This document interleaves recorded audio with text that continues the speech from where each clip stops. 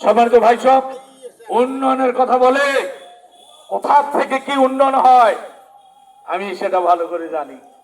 একনেকে pass হয় project, একনেকে project pass হওয়ার পরে সঙ্গে সঙ্গে মন্ত্রী থাপা দেয় ওই প্রজেক্টে, সচিব দেয়, এখানে ডিসি আর এক্সিএম দেয়, এরপরে ইউনো আর ইঞ্জিনিয়ার দেয়, এরপরে পার্টির ওই রুলিং পার্টি যারা পাওয়ারে গেছে, ক্ষমতা গেছে, ওই দলের কর্মীরা মানে সভাপতি সেক্রেটারি, ইউনিয়ন সভাপতি সেক্রেটারি, ওয়ার্ড সভাপতি সেক্রেটারি থাপা মারে।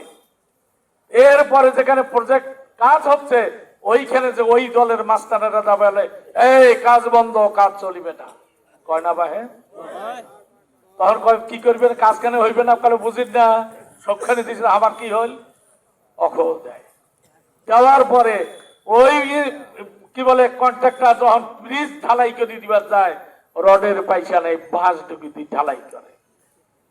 আসেছেন পত্রিকায় আসছে, জামাত ইসলামী ক্ষমতায় গেলে 5 নয় 5টা রড লাগলে 5টা রডে হবে, 5 সুদ রড হলে 4 সুদ রড নয়, স্পষ্ট করে বলছি।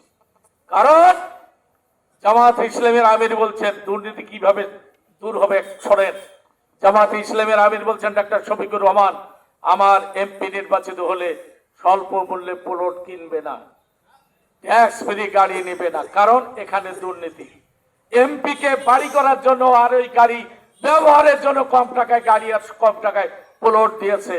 এই 54 বছরে যত এমপি এসছে সবাই এলে বিক্রি করে খাচ্ছে, এটা দুর্নীতি।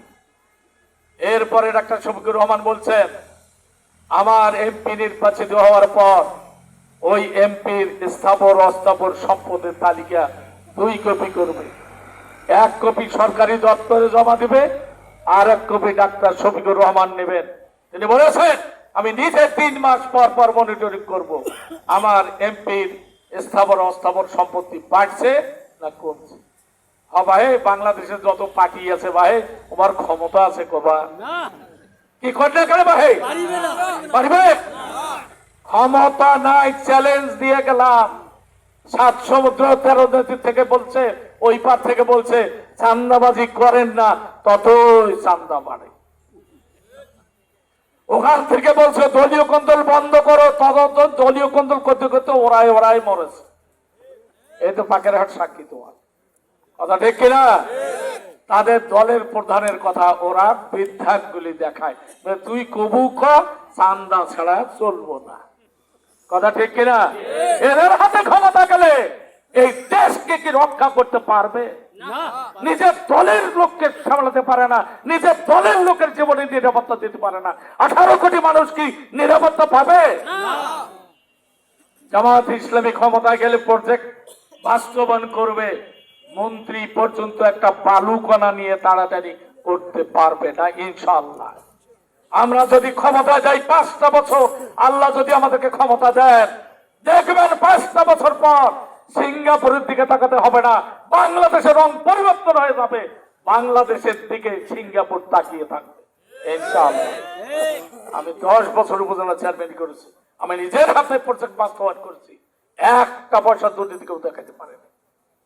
তাই প্রিয় ভাই সব, আগামী নির্বাচনে যদি জামাত ইসলামীকে ক্ষমতায় বসাবার জন্য আপনারা ঐক্যবদ্ধভাবে ভোট দেন, ইনশাআল্লাহ আমি যে কথাগুলো বললাম, যদি আপনারা মেহরবানি করে আমাকে ভালোবেসে চিনির বন্দর খানসামায় যদি এই আপনার এই ভাইটাকে এমপি বানান, আমি কথা দিয়ে যাচ্ছি এই কাজগুলো গোপনে গোপনে নয়, আপনাদেরকে সাথে নিয়ে যে কথাগুলো বললাম এই কাজগুলো বাস্তবায়ন করব ইনশাআল্লাহ।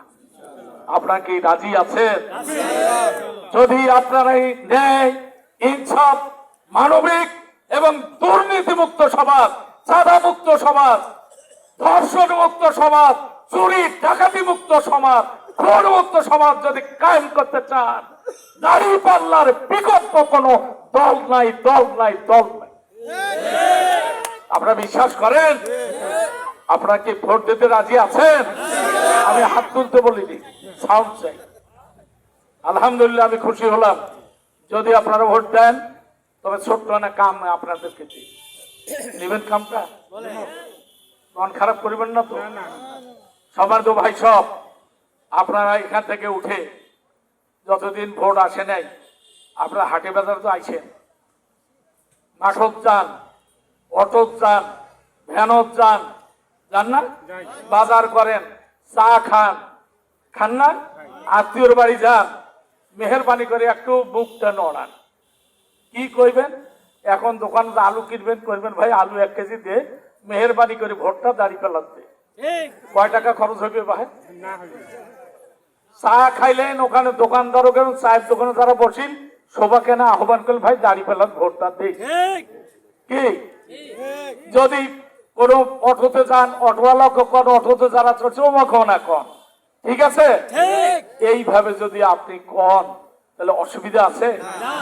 তবে একটা ছোট কাজ যেটা দিবে চাচ্ছি, এর সাথে আপনার বাড়ি থেকে আজকে দাঁড়িপাল্লা মার্কা পাড়া, আজকে এই যে বাড়ি যাবেন না বাড়ি, ওই বাড়িতে আপনার বাড়ির যে কয়টা ভোট আছে ওই ভোটটা আপনি নিশ্চিত করেন, যেহেতু আপনি ভোট দেওয়ার জন্য নিয়াত করেছেন। কথা ঠিক কিনা? আপনার একার ভোট দিতে হবে? এই জন্য আপনার বাড়িতে যে কয়টা ভোট আছে ওই ভোট কটা আজকে রাত্রের মধ্যে দাঁড়িপাল্লা বানাবেন। রাজি আছেন তো? ইনশাআল্লাহ, ইনশাআল্লাহ। আমি আর কথা বাড়াবো না। আমার কথায় যে আপনার দুঃখ পাইলেন কি আমি জানি না, দুঃখ পাইছেন নাকি? যদি পেয়ে থাকেন আমাকে ক্ষমা করে দেন। আমি আপনাদের কাছে দোয়া চাই, এই দোয়া চাই যে দিলের মালিক হচ্ছেন কে? ওই আল্লাহর কাছে আপনারা বলবেন, স্রষ্টার কাছে বলবেন যেন আল্লাহ এবং স্রষ্টা উনি যেন মানুষের দিলগুলোকে এই দাঁড়িপাল্লা মার্কার থেকে রুজু করে দেন, যাতে করে এই দাঁড়িপাল্লাকে বিজয় করা যায়। কথা ঠিক কিনা? আমি এতটুকু কথা বলে সবার কাছে দোয়া আছে, আগামী নির্বাচনে দাঁড়িপাল্লা মার্কায় ভোট কামনা করে আমি আমার বক্তব্য শেষ করার আগে আপনাদেরকে ধন্যবাদ জ্ঞাপন করছি। এই শীতের মৌসুমে শীত তো গাপ বইছে, কি কর মোরও গাপ বইছে, তোমারও গাপ বইছে, কথা ঠিক কিনা? তো যাই হোক, আপনারা আসছেন, কথা শুনলেন, দূর থেকে যারা শুনছেন, দোকানদার ভাইরা যারা শুনছেন, সবাইকে আমি অন্তরের অন্তঃস্থল থেকে ধন্যবাদ জ্ঞাপন করে আমার কথা শেষ করছি। ওয়া আখিরু দাওয়ানা আলহামদুলিল্লাহি রাব্বিল আলামিন। আসসালামু আলাইকুম ওয়া রাহমাতুল্লাহি ওয়া বারাকাতুহু।